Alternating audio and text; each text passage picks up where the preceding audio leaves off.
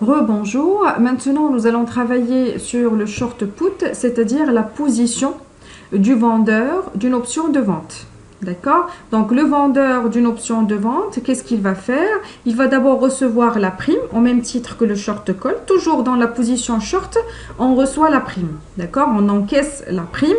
Et qu'est-ce qu'on fait? On va subir la décision de l'acheteur. D'accord? L'acheteur, quand il a acheté une option de vente, c'est pour pouvoir garantir un prix de vente donné à son sous-jacent, d'accord? Et dans ce cas-là, bien sûr, le vendeur de l'option de vente, il sera obligé d'acheter le cas échéant, c'est-à-dire en cas d'exercice de cette option de vente. Acheter le sous-jacent de chez, bien sûr, l'acheteur de l'option de vente, d'accord? Alors, pour un petit peu résumer cette position-là, le vendeur du put va recevoir la prime de l'acheteur.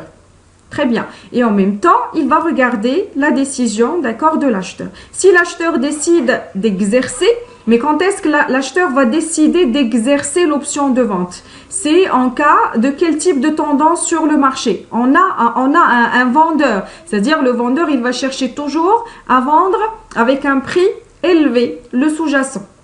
Non. Si le marché offre un prix élevé du sous-jacent, il va se diriger directement vers le marché. C'est-à-dire en cas de tendance haussière, il n'y aura pas d'exercice parce qu'on va préférer vendre directement sur le marché. D'accord? Mais en cas de tendance baissière, dans ce cas-là, il y aura exercice et bien sûr, le vendeur du put sera obligé d'acheter, d'accord, de chez, bien sûr, l'acheteur du put.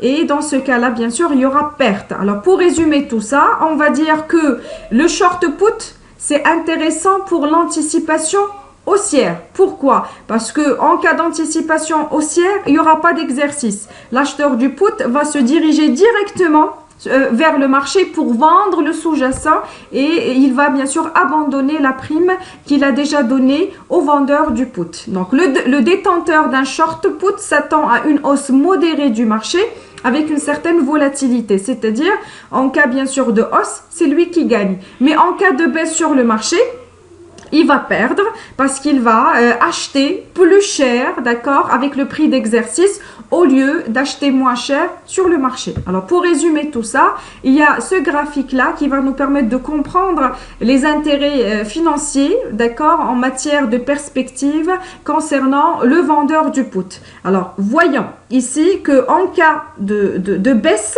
d'accord, sur le marché, il y a perte. Pourquoi il y a perte? Parce qu'en cas de baisse sur le marché, l'acheteur du put, il va exercer. Parce qu'il a un prix d'exercice, d'accord, un prix de vente pour lui supérieur aux conditions du marché. Donc, il va faire quoi? Il va obliger, d'accord, le vendeur du put à acheter son sous-jacent au prix d'exercice qui s'annonce bien sûr supérieur aux conditions du marché. Mais en cas de tendance haussière, qu'est-ce qu'on remarque? On remarque bien sûr qu'il n'y a pas intérêt, d'accord, de vendre directement à l'acheteur, plutôt au vendeur du put. C'est un peu, ça peut s'avérer un petit peu compliqué, mais il faut juste se concentrer, d'accord, en termes d'intérêt. Nous avons un acheteur et un vendeur. D'accord? Donc, le vendeur, lui, il est toujours intéressé par des prix élevés. Quand les prix élevés sont donnés par le marché. D'accord?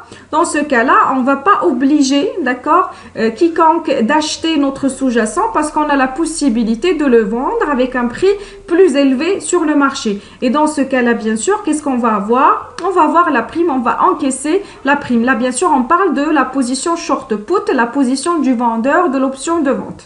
C'est très simple, il faut juste se concentrer pour pouvoir un petit peu comprendre les perspectives de gain et de perte du détenteur d'un short put. Maintenant, en ce qui concerne le point mort, à votre avis, comment se définit le point mort? Nous avons ici, d'accord, quelqu'un qui va encaisser la prime. Pourquoi? Naturellement, il va encaisser la prime parce que nous sommes dans la position short. Et dans la position short, on encaisse toujours la prime. Très bien. Maintenant, nous allons regarder le sens. Est-ce que c'est quelqu'un qui va acheter le sous-jacent, il va donner le prix d'exercice, ou bien c'est une personne qui va vendre le sous-jacent et dans ce cas-là, qui va recevoir Le prix d'exercice. La réponse, c'est quelqu'un qui va acheter, d'accord, le sous-jacent au prix d'exercice parce que c'est une option de vente qui procure à son détenteur de vendre. Donc, l'autre partie va acheter, d'accord? Et quand on achète, bien sûr, on va verser, on va décaisser. Et nous avons ici deux sens différents. Je reçois la prime, mais je décaisse, en cas, bien sûr, d'exercice, le prix d'exercice. Dans ce cas-là, on va mettre un mois. C'est pour cette raison, comme vous voyez, le point mort est inférieur au prix d'exercice parce qu'il est défini par prix d'exercice moins la prime.